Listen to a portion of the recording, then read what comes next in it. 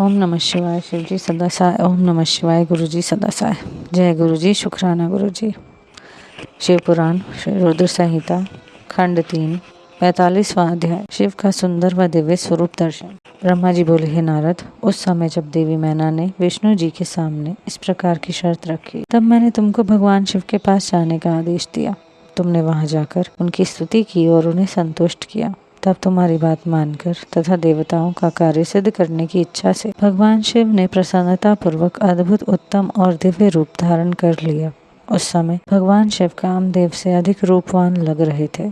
उनके सुंदर रूप लावण्य को देखकर तुम प्रसन्न होते हुए तुरंत देवी मैना के पास उन्हें यह शुभ समाचार देने के लिए चले गए।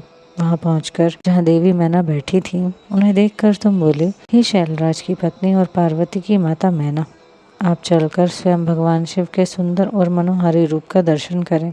यह समाचार पाकर देवी मैना की प्रसन्नता की कोई सीमा ना रही। वे आपको अपने साथ लेकर भगवान शिव के दर्शन करने के लिए गईं। वहां पहुंचकर मैना ने भगवान शिव के परम आनंददायक सुंदर रूप के दर्शन किए। शिव जी का मुखारविंद करोड़ों सूर्यों के समान तेजस्वी, सुंदर एवं दिव्य था। उनके विशाल मस्तक पर चंद्रमा सुशोभित था। सूर्य ने उनके सिर पर छत्र धारण कर रखा था। भगवान शिव प्रसन्न मुद्रा में थे। वे ललित लावण्य से युक्त, मनोहर, गौरवर्ण, चंद्रलेखा से अलंकृत होकर बिजली की भांति चमक रहे थे। विष्णु सहित सभी देवता एवं ऋषि मुनि उनकी प्रेम पूर्वक सेवा कर रहे थे। उनके शरीर पर दिव्य, अलौकिक, सुंदर वस्त्र व आभूषण शोभा पा रहे थे। गंगा और यमुना चंवर झुला रही थी और अणिमा आदि 8 सिद्धियां मुग्ध होकर नाच गा रही थीं। इस प्रकार भगवान शंकर सुंदर व दिव्य रूप धारण करके बारात लेकर हिमालय के घर की ओर आ रहे थे। उनके साथ साथ मैं, विष्णु जी तथा देवराज इंद्र भी विभूषित होकर चल रहे थे।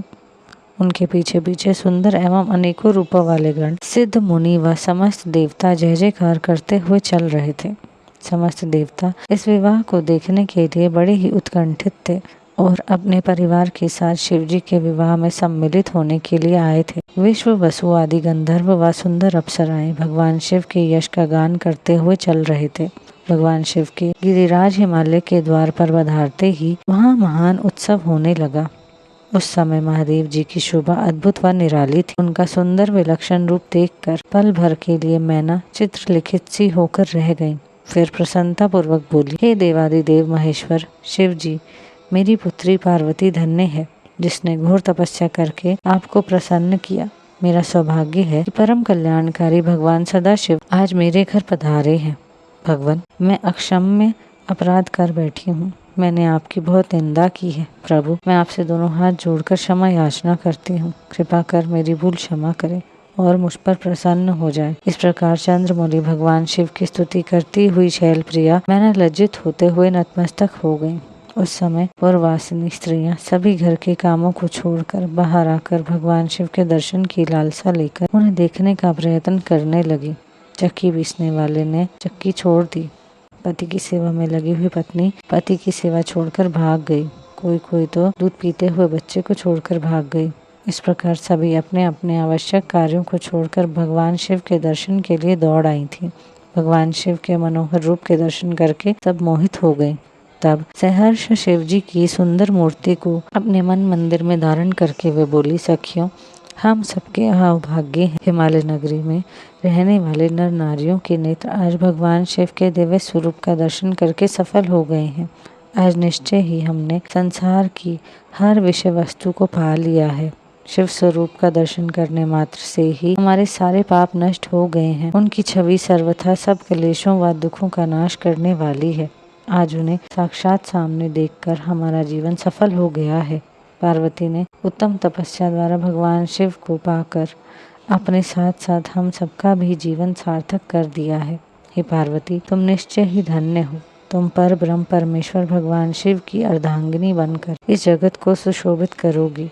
यदि विधाता पार्वती शिव का इस प्रकार मेल ना कराते तो निश्चय ही उनका सारा परिश्रम निष्फल हो जाता। आज शिव शिवा की जीवगल जोड़ी को साथ देखकर हमारे सारे कार्य सार्थक हो गए हैं।